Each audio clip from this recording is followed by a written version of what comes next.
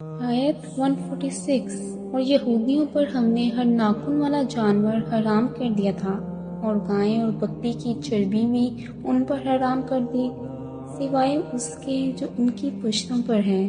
یا آنتوں میں یا ہڈی سے لگی ہو، یہ ہم نے ان کی سرکشی کے بدلے میں ان پر بطور سزا حرام کیا تھا، اور بے شک ہم سچے ہیں۔ اس آیت میں اللہ تعالیٰ یہودیوں پر لگائی گئی کچھ خاص پابندیوں کا ذکر فرما رہے ہیں تاکہ یہ واضح ہو جائے کہ اسلام میں حلال و حرام کے احکام ان کے مقابلے میں نہایت سادہ اور معتدل ہیں۔ اللہ فرماتا ہے کہ ہم نے یہودیوں پر بطور سزا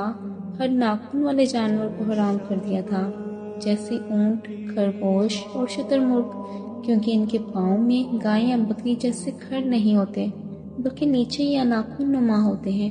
اسی طرح ہم نے ان پر گائے اور بکری کی چربی کو بھی حرام کیا سوائے کچھ مخصوص جگہوں کے جو چربی جانور کی پشت پر ہوتی ہے، آنتوں میں پائی جاتی ہے یا ہڈی کے ساتھ جمی ہوتی ہے، یہ چربی حرام نہیں ہوتی۔ آیت 147 پھر اگر یہ لوگ تمہیں جھٹلائیں تو کہہ دو تمہارا رب بڑی وسعت والا رحمت والا ہے، لیکن اس کا عذاب مجرم قوم سے ٹالا نہیں جا سکتا۔ اس آیت میں نبی کریم صلی اللہ علیہ وآلہ وسلم کو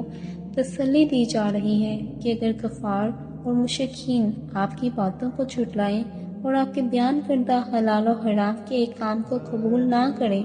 تو آپ ان سے کہتے ہیں کہ تمہارا رب بڑی وسعت اور رحمت والا ہے، یعنی وہ چاہے تو تمہیں معاف کر سکتا ہے، ہدایت دے سکتا ہے اور تمہارے گناہوں سے درگزر کر سکتا ہے،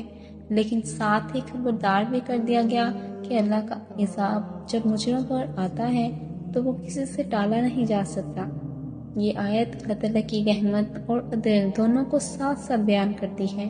ایک طرف امید دلائی گئی کہ اللہ کی رحمت بہت وسیع ہے، اور دوسری طرف ان لوگوں کو ڈرایا گیا جو مسلسل انکار اور تکذیب کی روش اختیار کرتے ہیں کہ اگر وہ باز نہ آئے تو اللہ کا عذاب ان پر ضرور آئے گا، کوئی اس سے بچا نہیں سکتا۔ آیت 148 ان قریب مشرک کہیں گے اگر اللہ چاہتا تو نہ ہم شرک کرتے، نہ ہمارے باپ دادا، اور نہ ہی ہم کسی چیز کو حرام ٹھہراتے۔ اسی طرح ان سے پہلے کے لوگ بھی جھٹلا چکے ہیں، یہاں تک کہ انہوں نے ہمارا عذاب چکھ لیا۔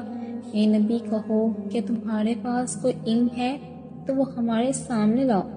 تم صرف گمان کی پیروی کرتے ہو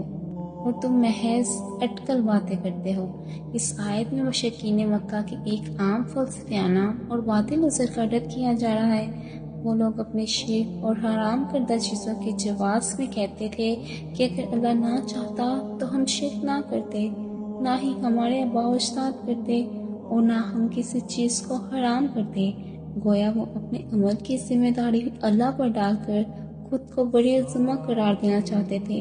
اللہ تعالیٰ اس منطق کا سختی سے رد فرمایا اور فرمایا کہ ان سے پہلے قوموں نے بھی پیش کیا تھا، لیکن جب انہوں نے جھوٹ بولے اور اللہ کی آیات کو جھٹلایا تو آخرکار ان پر اللہ کا عذاب آیا۔